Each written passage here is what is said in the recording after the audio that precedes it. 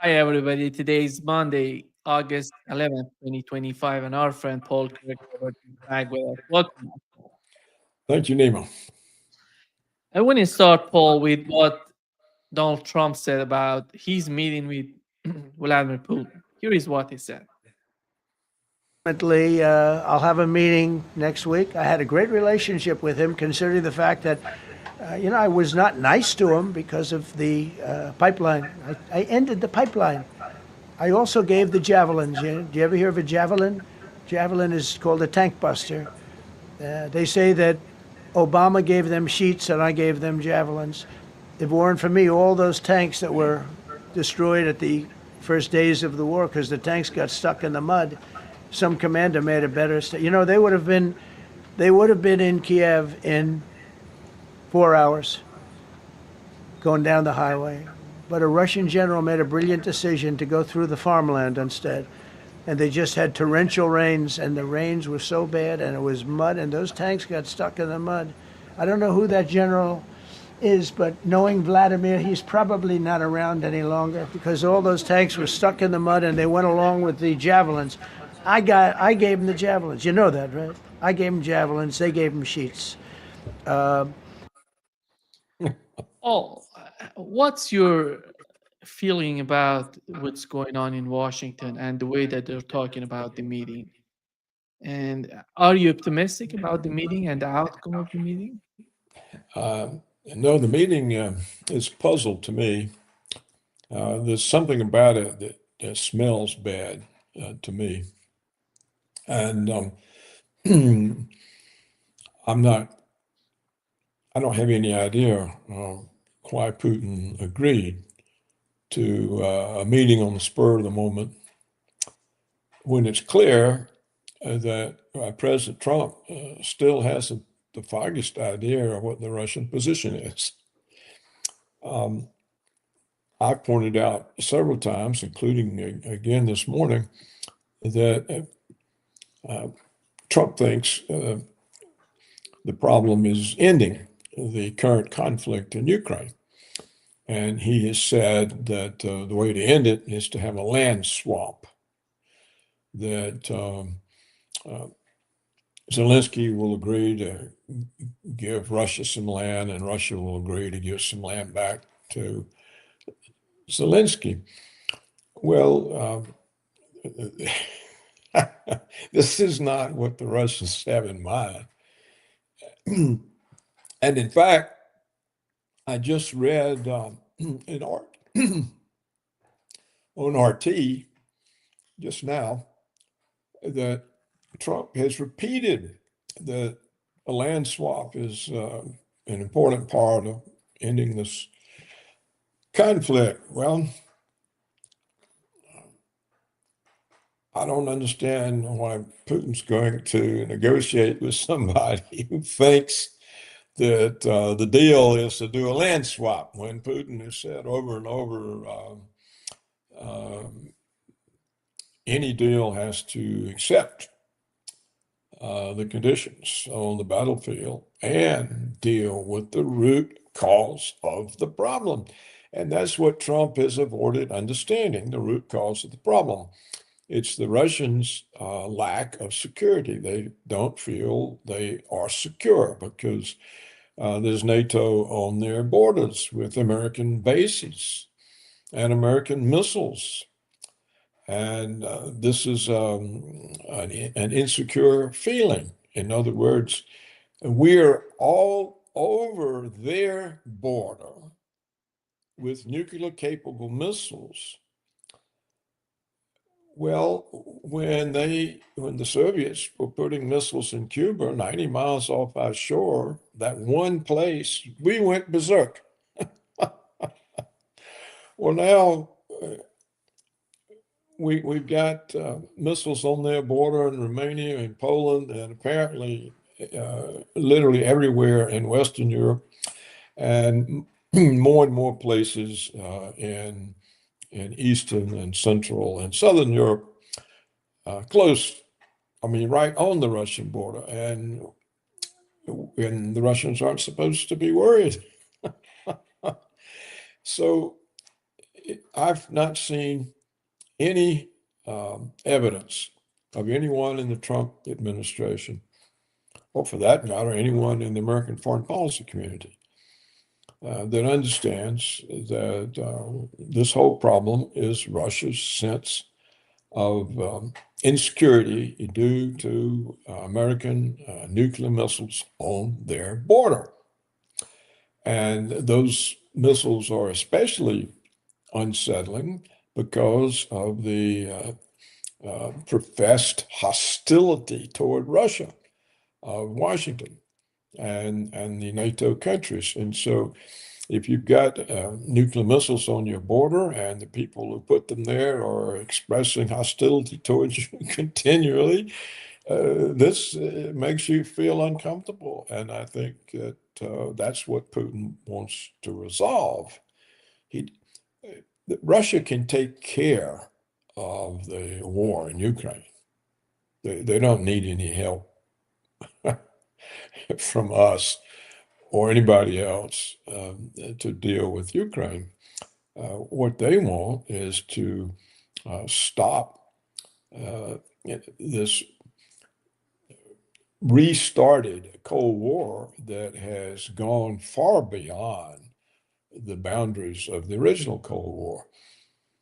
In the original Cold War, the United States put nuclear missiles in Turkey. And in response, Khrushchev took them to Cuba.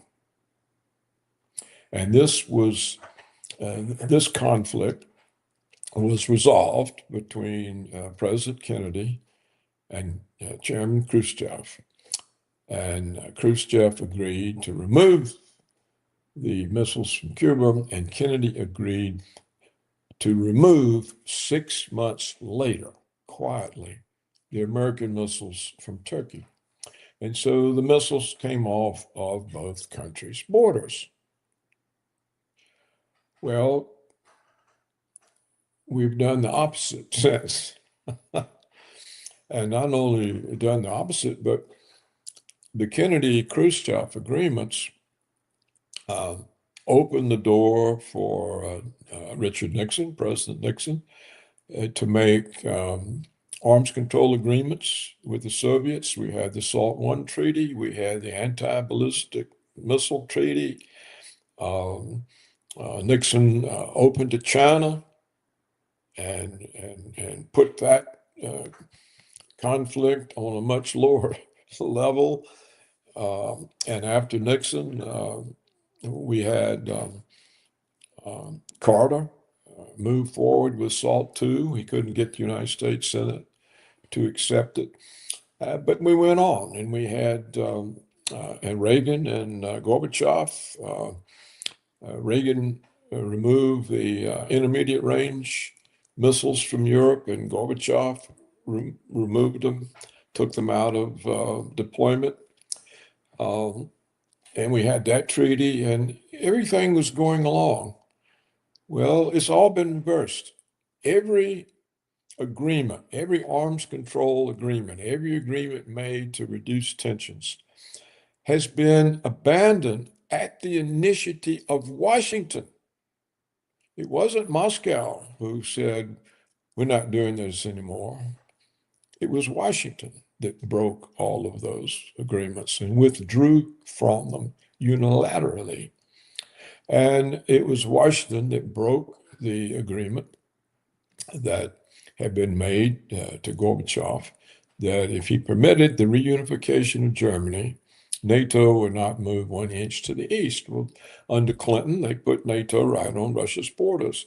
So this is a huge amount of demonstrated hostility, and also it looks to the Russians like we are preparing for war, nuclear war against them. Why else have all these missile bases on their borders? Why else all of the hostile statements, and almost all of which are lies? So that's the problem.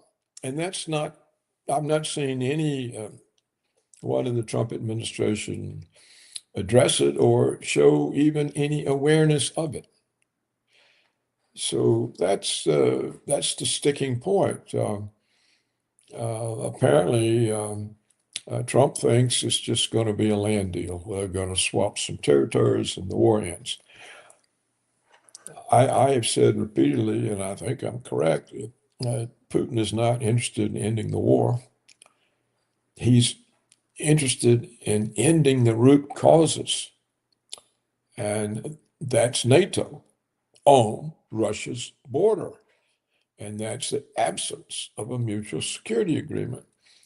Well, how are they going to talk about that if it's not on the agenda and Trump doesn't even know about it?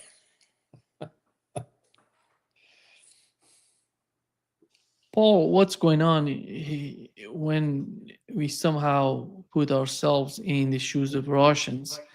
They're looking at Europe. Nobody's in Europe interested to talk with them, or no one is reasonable to talk with. After all, they can talk with Merz. I don't see Merz being capable of making any sort of deal with Macron in Starmer. So the only, I would say, Western leader that is somehow trying to communicate with Russians is the United States and the Trump administration. This is a huge factor, in my opinion, considering the changes in the aftermath of the Biden administration.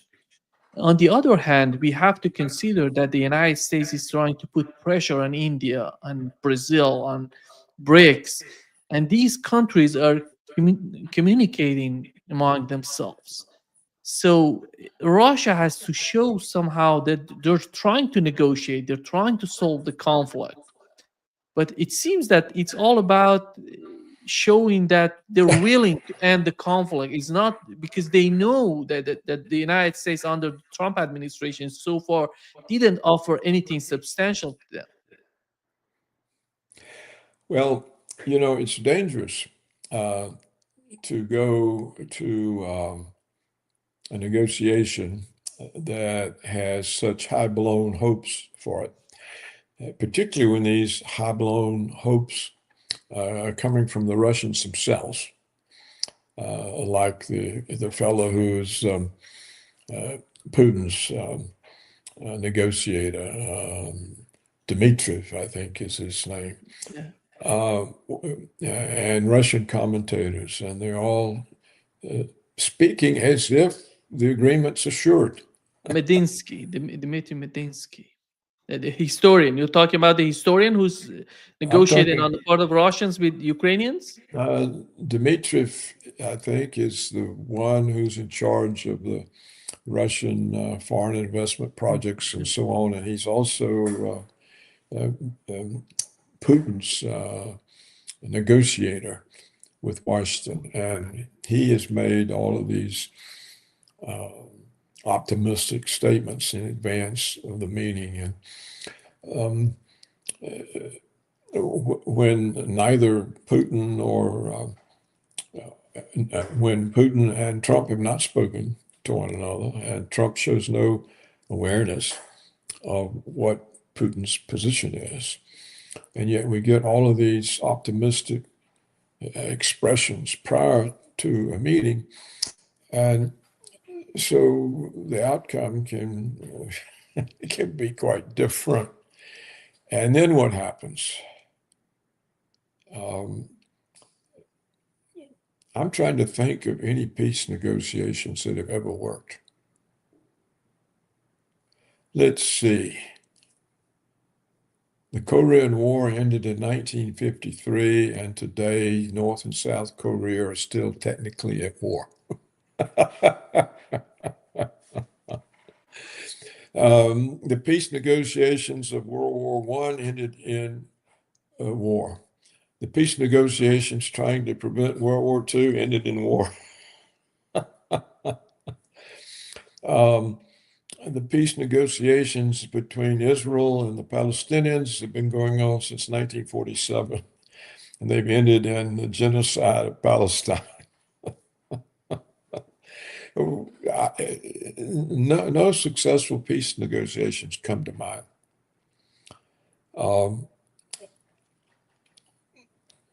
during the 20th century, the Cold War was ebbing, and we were making progress toward a mutual understanding. But that's gone, and it's been replaced with a higher level of tension and conflict. And to come out of the blue on a spur of a moment and say there's this meeting and everything's now going to be well. I mean, some of the statements coming out of Russia are just unbelievable. They're so unrealistic. And it makes you wonder what's going on. Is Putin being set up that he's got to make some form of surrender that then undermines his support at home? If he doesn't make some form of giving in to get peace, then that undermines him. It's a very serious situation that Putin has put himself in, and doesn't make any sense why he did that. So I don't know what's going on, but it makes me very, very wary. The kinds of negotiations that go on between subordinates haven't happened. And after those negotiations, then the two leaders meet. But they know what the suggested agenda is. They know what each other's position is. And they each have some idea that they can accommodate one another. Then you have the meeting. But now we're having a meeting where Trump doesn't even know what Putin's position is. And Putin's in a position, if he doesn't somehow let peace come out of this, he's going to be demonized. If he gives up something that he shouldn't, the people at home are going to say, what were you fighting for all these years? You're going to give all the land back. It's just a very difficult situation for Putin to be in. And I don't know why he agreed, or no one has said what the alleged proposal from Witkoff is that the Russians found acceptable. So we'll just have to see. But I would say that there's not much chance in this producing anything other than worsening the relations between Trump and Putin. Putin will be on the spot, and Trump will want him to give in, and if he doesn't give in, Trump's going to lose his temper. And it is true, of course, what you suggested, that Putin is kind of in a spot because it's him that's caused Trump to threaten India and Brazil, other countries with these punishments for having Russian oil or Russian food. And that's uncomfortable because it puts them in conflict with the United States. And so that's a pressure on Putin. Well, the Kremlin has to know that in advance. So why go into a meeting when the guy you're meeting with doesn't even know what your position is? So that's just another reason to see that this is a risky venture for Putin. He can be blamed by the BRICS. Oh, now we've got the terrorists because you wouldn't make a deal. If he makes a deal that's a land swap, then the Russian nationalists, the army, the people who lost family fighting that war, they're going to say, what in the hell did you do that for? Why did we go to war if you've now given it back? And if he maintains a strong position, Trump's going to get mad, and so will all of the westernized Russians who want to get on with business with the West and so on. And, and all the Russian professors, they want to get back to visiting appointments in American universities and lecturing in America and all that. It's so, but what's the pressure on Trump to give in? I don't know what the pressure is on Trump to give in. Putin may be hoping once he understands my position, he'll see the logic and the rightness of it. Maybe Putin agreed to this just as it gives him a chance to explain face to face to Trump what his position is. And and that would make sense for Putin to take that kind of risk, perhaps. Maybe that's what it is. Maybe he has hope that if this is explained clearly, that Trump will see the reasonableness of it and agree, and the whole thing will be over. And maybe he thought that he just had to take the chance. I don't know what else to say about it, Nima. Yeah. I think we have a meeting, Paul, between two presidents. One of them is somehow experiencing a lot of pressure, and it's Donald Trump. Donald Trump has promised to everybody that he's going to put an end to the conflict in 24 hours. It took more than 6 months. He didn't do anything, and he's selling weapons to Europeans. Europeans are putting a lot of pressure on him and his administration as well. On the other hand, it seems to me that Donald Trump knows that he's not going to get anything from the meeting, but he's willing to show the Europeans, or to show his base, the supporters, not Europeans, those people who supported him in his agenda, end the conflict, to put an end to what's going on in Ukraine, not sending any more weapons. They're not willing to send weapons and anything to Ukraine. These people, like Tucker Carlson, people who voted for him, who supported him, Marjorie Taylor Greene, Thomas Massey, all of these people, these are important figures within the Republican Party. On the other hand, you see Vladimir Putin, who knows that there is no capability, there is no understanding on the part of the US president. And they're trying to show somehow, even to the United States, to the president of the United States, that they're willing to reach a deal if the United States is prepared for that. The problem is that the United States is not prepared for that. Well, it's certainly true. Both men, especially Putin, have very heavy pressures on them that limit their ability to make decisions. It can force them in decisions they don't want to make. This is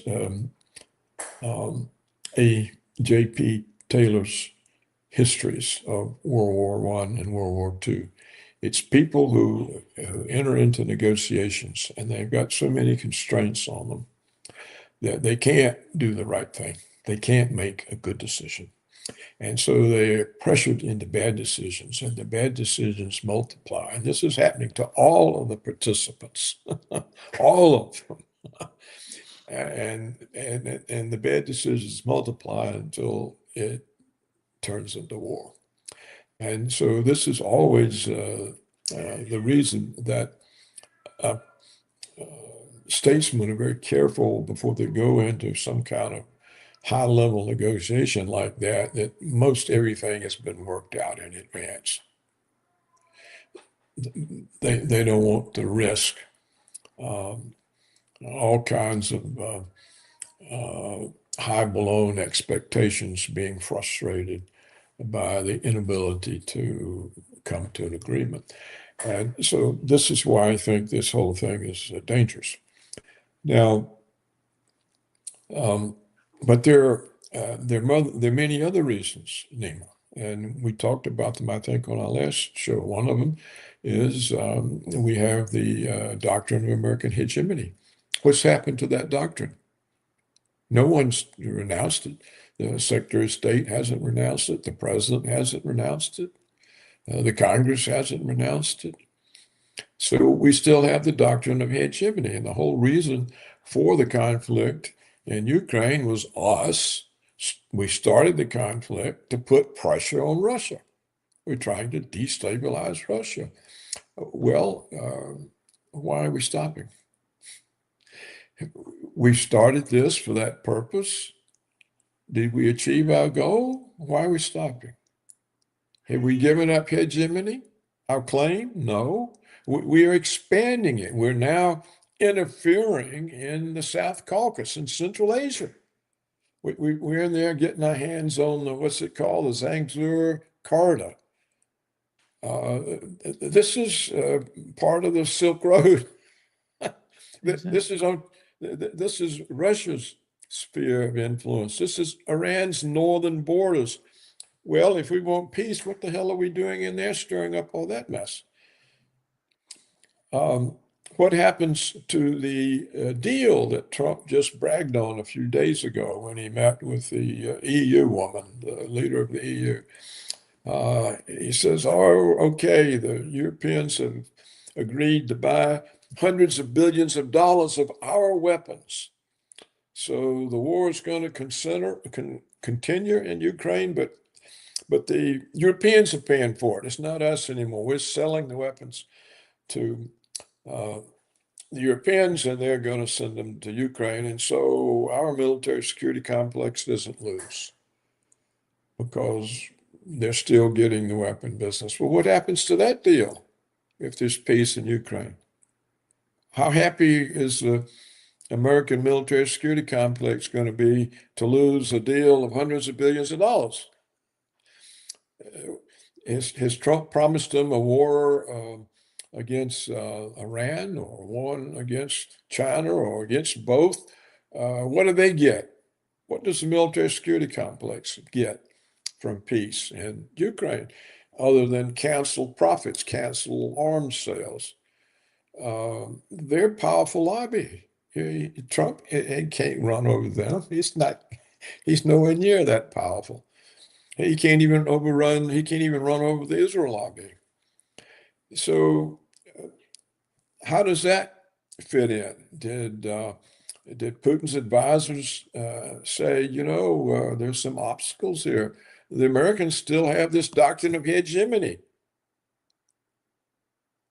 They got a military security complex. It needs enemies. We're their principal enemy. We're the principal cause of all the money and power that gets lavished on them. How is Trump going to take that away from them? We haven't discussed any of this. How can we go have a meeting when nothing realistic has been discussed? You see, this is the real situation, and it's ignored. It's not in the picture. And so to me, it makes no sense for people to see all this optimism. Some of the statements, I quoted some of the Russians this morning in my column. Some of the statements they're absurd. All these rosy, and this is coming from Putin's advisors. So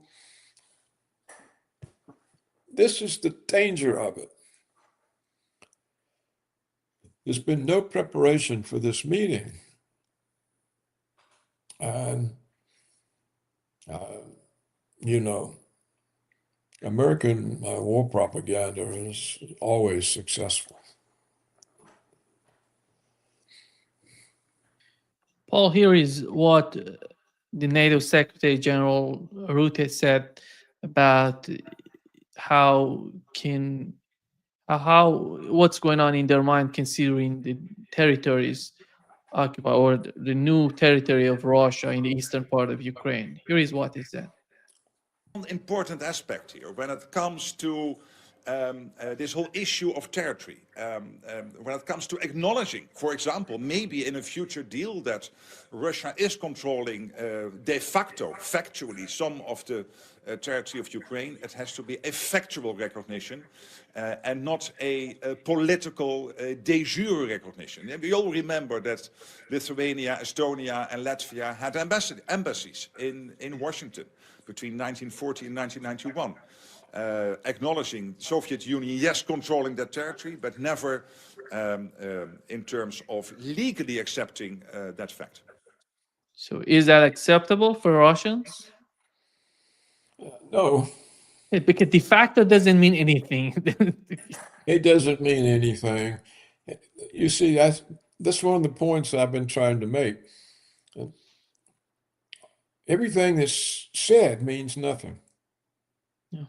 And what needs to be said is not said. The issues that need to be addressed aren't. And Putin has already said any agreement has to accept that all of Ukraine that is now reincorporated into Russia is recognized by Ukraine and the West as Russian, period. And Zelensky said he doesn't recognize any of it as Russian. So, and yet Trump and that nut you just had on, they're talking about a land swap resolving. The Europeans have said the land swap has to be reciprocal, which means Putin has to give back as much as Zelensky lets him keep. Well, I just don't think that Putin or the Kremlin wants to face the Russian people after a war now approaching 4 years with substantial casualties and costs. And it's resolved by giving back some of the Russian occupied territory. I mean, the Russians were living there before the conflict. That can't happen. That's why, what incentive does Putin have to do that? None. And it'd be a huge cost for him at home.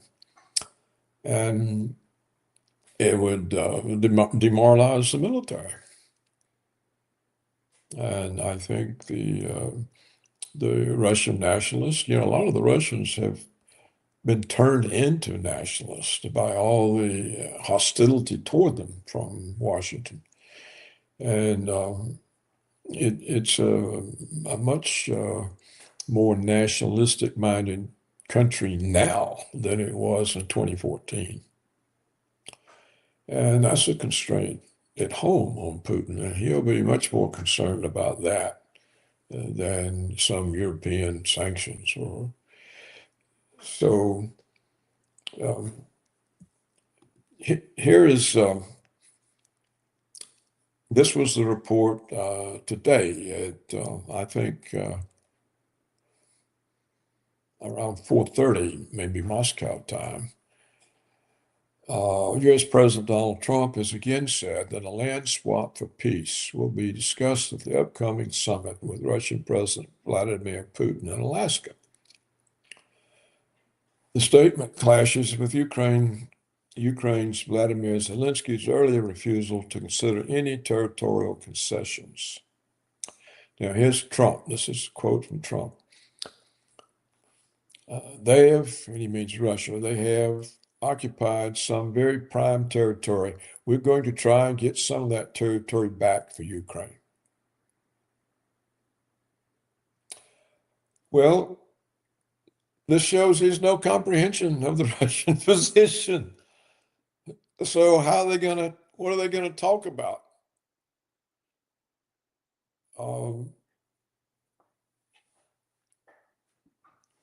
Nothing, I don't see anything good is going to come out of this. Both people are going to come out looking bad. And then they'll blame each other. And then the relations get worse. It's exactly what happened with all the peace negotiations. They tried to prevent World War I. The same thing. All the peace, they tried to prevent World War II. The same thing happened. We're watching it again. That's my That's my view. Now, I hope I'm totally wrong, and that Putin and Trump sit down and Trump agrees to a mutual defense agreement, and NATO gets off Russia's borders, and everything's opened up, and the world goes on happily. I hope that happens, but that takes a lot of advanced work, none of which has been done.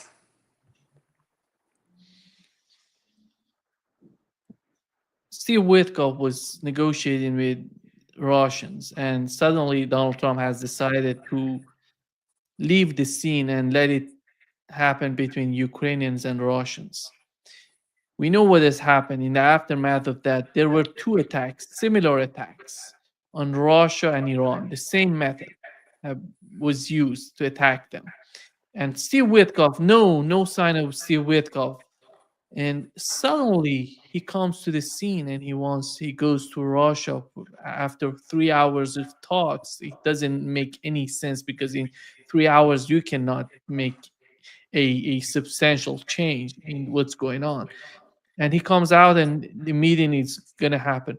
You leave the scene, you let Ukrainians to negotiate, to talk with Russians. How in the world you can come back and because there are many things that are happening that they don't know what is happening, and there was no connection. Even though if we assume that director of CIA was connected with the Russian counterpart and they were talking to each other, there has to be some sort of two teams talking to each other. It's a multi-dimensional matter. It's not something simple to talk, two guys talking to each other. And Steve Witkoff going to Russia, there is nobody with him taking notes and making, I don't know, some sort of argument and seeing what are the main reasons, what are the main issues on the part of Russians at the current moment with the current situation on the battlefield. Nothing of that sort. And you somehow we feel that something big gonna come out of that. It's so You're right. childish, in my opinion. That's the you stated very well the point I've been making, that this is a nonsensical expectation, and yet here's a statement. Here's Kirill Dmitriev. He has said that it will be, quote, a historic meeting at which dialogue will prevail. Another Russian commentator said that Putin and Trump may reconfigure the world order. Well, not really. I mean, they create these enormous expectations when there's no preparation for a meeting that would be risky even if all the preparation had been done.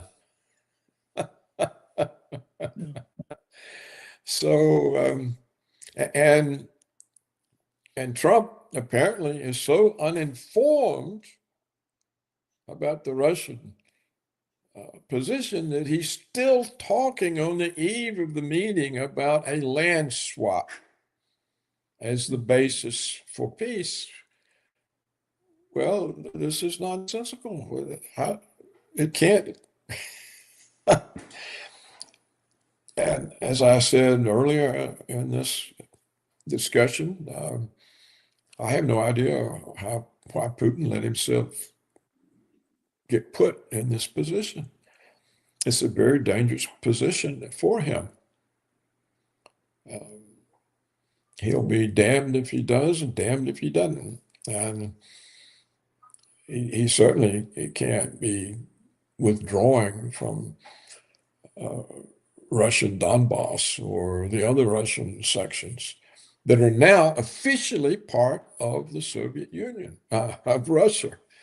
They're officially part of Russia. Again, they're Russian territory. And he still hasn't pushed Ukraine out of all of that territory yet. So it looks to me like something highly unusual. It's so unusual, it smells bad. And I don't know whether Putin has been set up by this Kirill Dmitriev, by Witkoff, I don't know, or has Trump been set up? Trump's now agreed to a meeting, and he doesn't even know what the other side's position is. That's not a good position for Trump either. So if we have a meeting between two heads of state and they don't have any concept of each other's position or how they get from their different positions to an agreement, then you're not going to get there. So I think you summed it up very well. There's been no preparation for this, and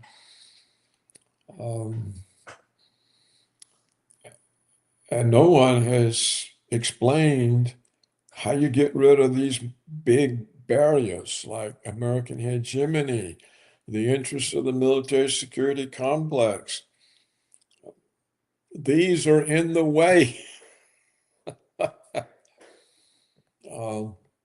And Putin just reasserted American hegemony. I rule America and the world. That's a very hegemonic statement. So it's nonsensical, Nima. That's my view. It's nonsensical.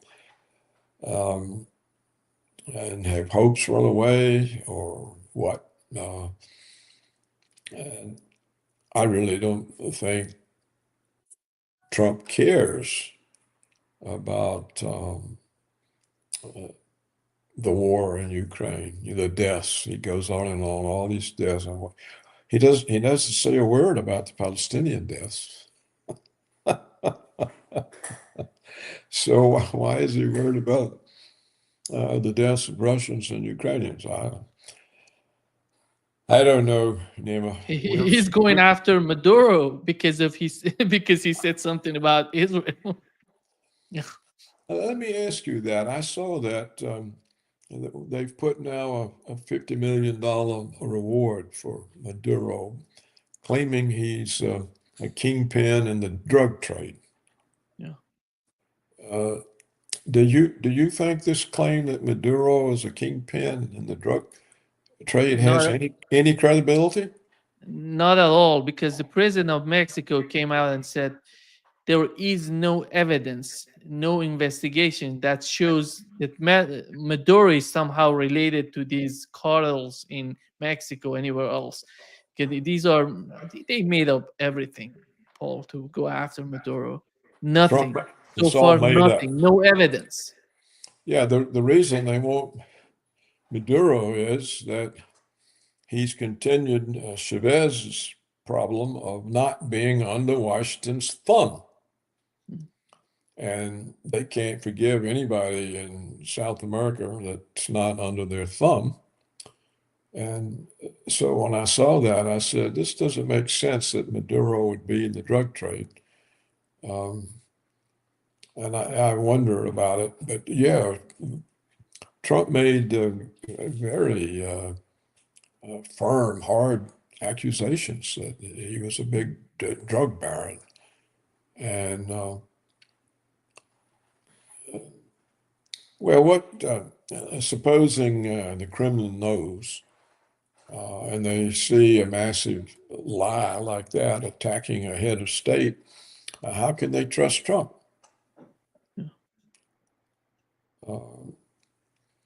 Yeah, if I was a head of state and I saw Trump make such a statement about Maduro and I couldn't find any evidence, I wouldn't go to a meeting with Trump. What's he going to, if I don't agree to whatever he wants, what's he going to say about me? Am I going to have a price on my head too? And who knows? That may be the outcome. Trump offers a reward for somebody turning over Putin. I mean, Yeah. It's unbelievable, It's unbelievable. unbelievable, but it's really unbelievable how countries they create such predicaments. It shows there's no one thinking. There's no one thinking. When I was in Washington, I can't imagine such a meeting taking place without all kinds of advanced work and without them being very close to an agreement before they go in. And usually the meeting is just to confirm what's already been prepared and it's already been accepted. You know, people don't go out on limbs like Trump and Putin have done. And by agreeing to this meeting, when Trump is talking about a land swap, he doesn't have any idea what Putin's position is, and Putin obviously knows Trump doesn't have any idea, and he still agrees to go to the meeting. It's nonsensical. We'll see. I see just a mere political move on the part of Putin because he wants to show India at least or Brazil that he's willing to negotiate. He's not leaving the negotiations. Like, the only reason that I can mention is that, and none of, at least doesn't they don't he doesn't want to somehow put the Trump administration in a better position, accusing them that they're not participating in negotiations. That would be one of the reasons as well. And here is Paul. Go ahead. Well, you see, I think what the BRICS hope to see is a firm leader. Because if they're going to go into this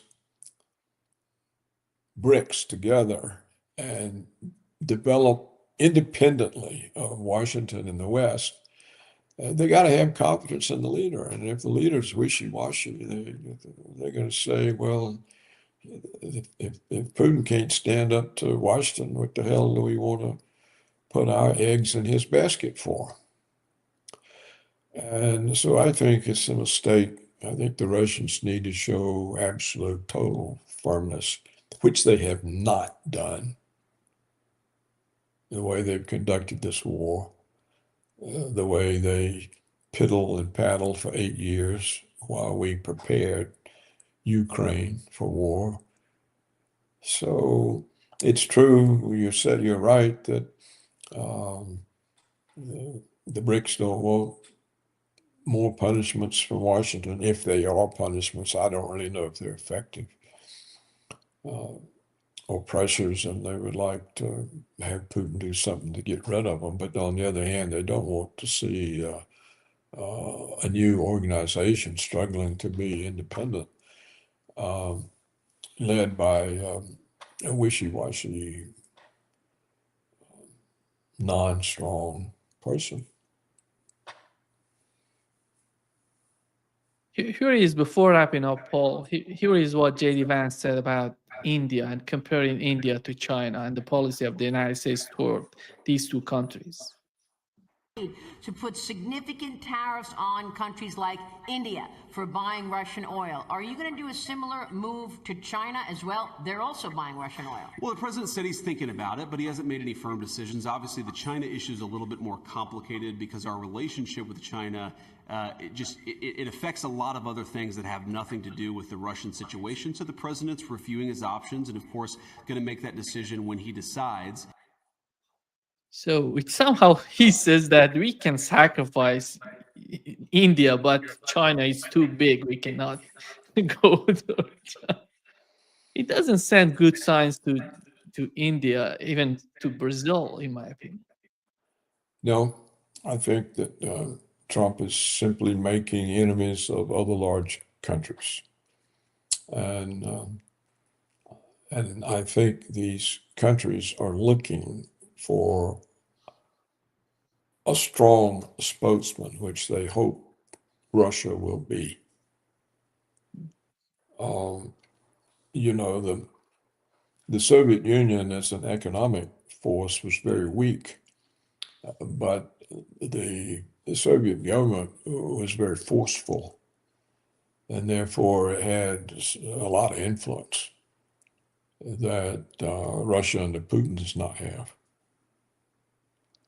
because it was a country that assumed that it was powerful and didn't have to kowtow to anybody about anything. And so the Soviets were able to compete with us in the Middle East.